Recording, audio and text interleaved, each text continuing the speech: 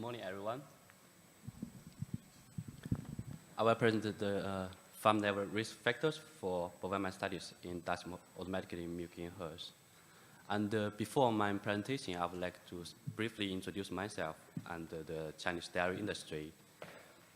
I started with my bachelor in veterinary medicine in Zhaoju Agricultural University in Wuhan, and then I traveled to Beijing to study my master and in bovine mastitis research.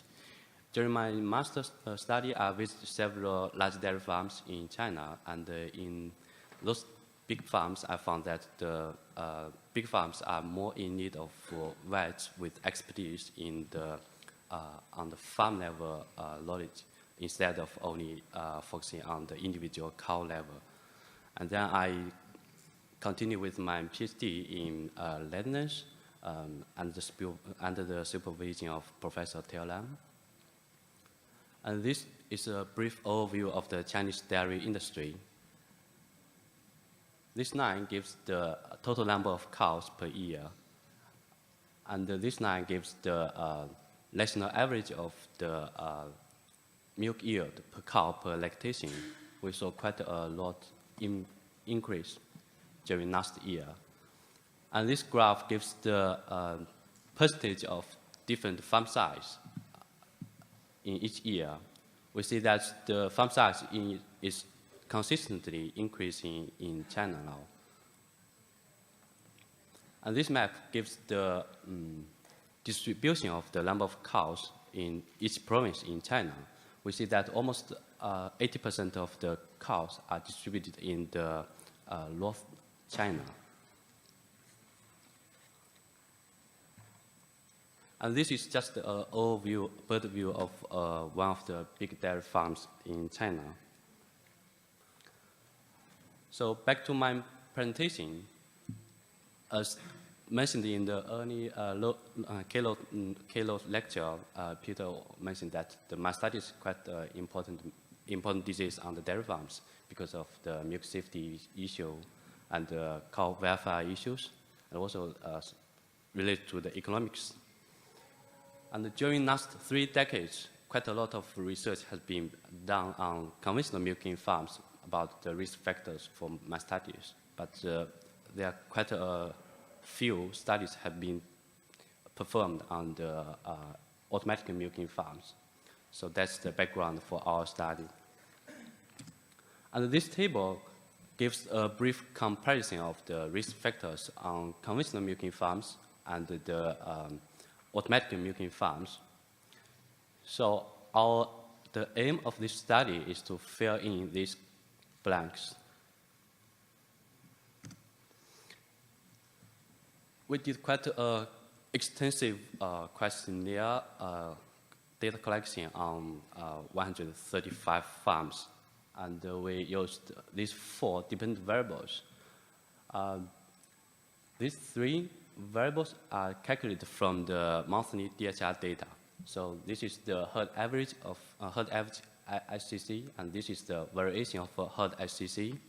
This is the proportion of the new high HCC cases, and this is the farmer-reported incidence rate of clinical mastitis. Together with these dependent variables, we also have collect the independent variables. These 3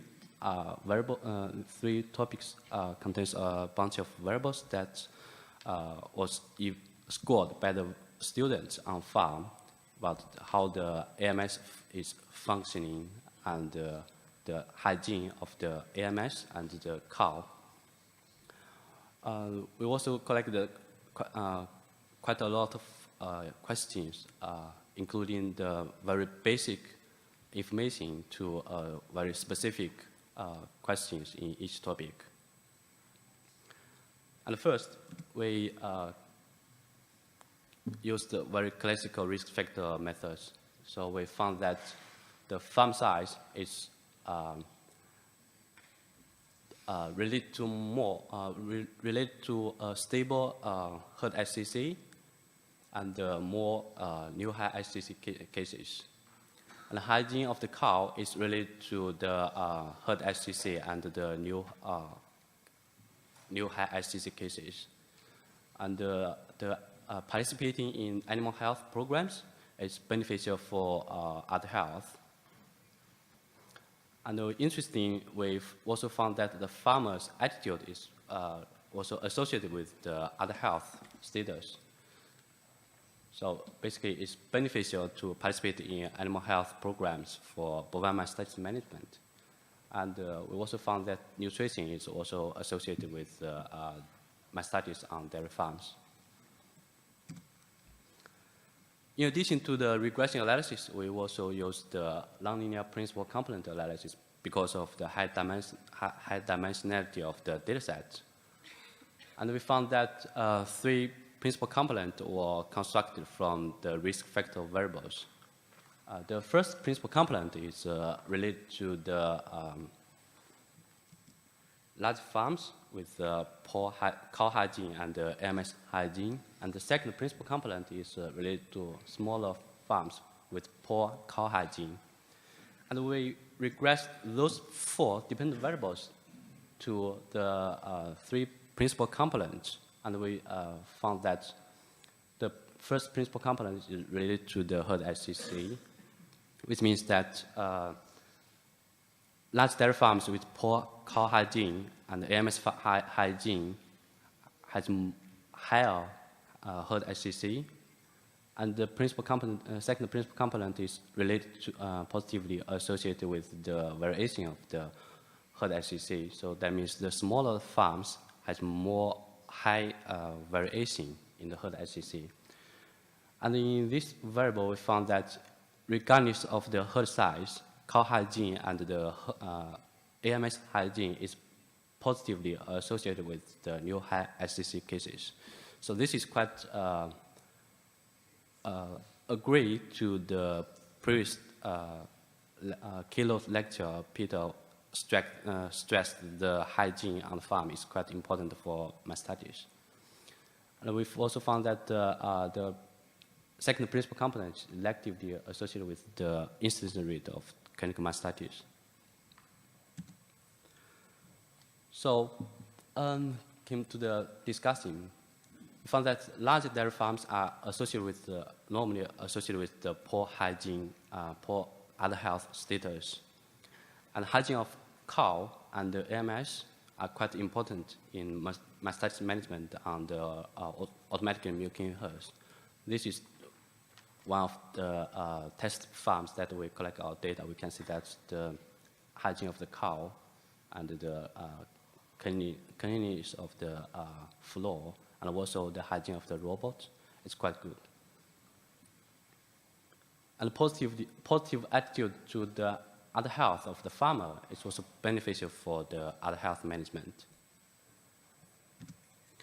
Conclusion. So we found that farm size is specifically important on the AMS farms because previous studies on the conventional milking farms, they tested the farm size, but they didn't find a significant association between the farm size and the other health status. But on AMS farms, we found this significant association. So that means that maybe on the big AMS farms, other health need more attention. And most of the risk factors management on the CMS farms are applicable on the AMS farms. We found that these risk factors, we also found that in our study. These risk factors we also found in our study. So we thank the farmers and the experts that participate in the questionnaire design, and also I thank the China Scholarship Council for sponsoring my stay in the Netherlands. And this is just a graph after the short training in our department farm. So the take-home message is that most of the risk factors on the CMS farms are similar to the AMS farms, but farm size and the hygiene of the cow and the AMS are quite important on the AMS farms. Thanks.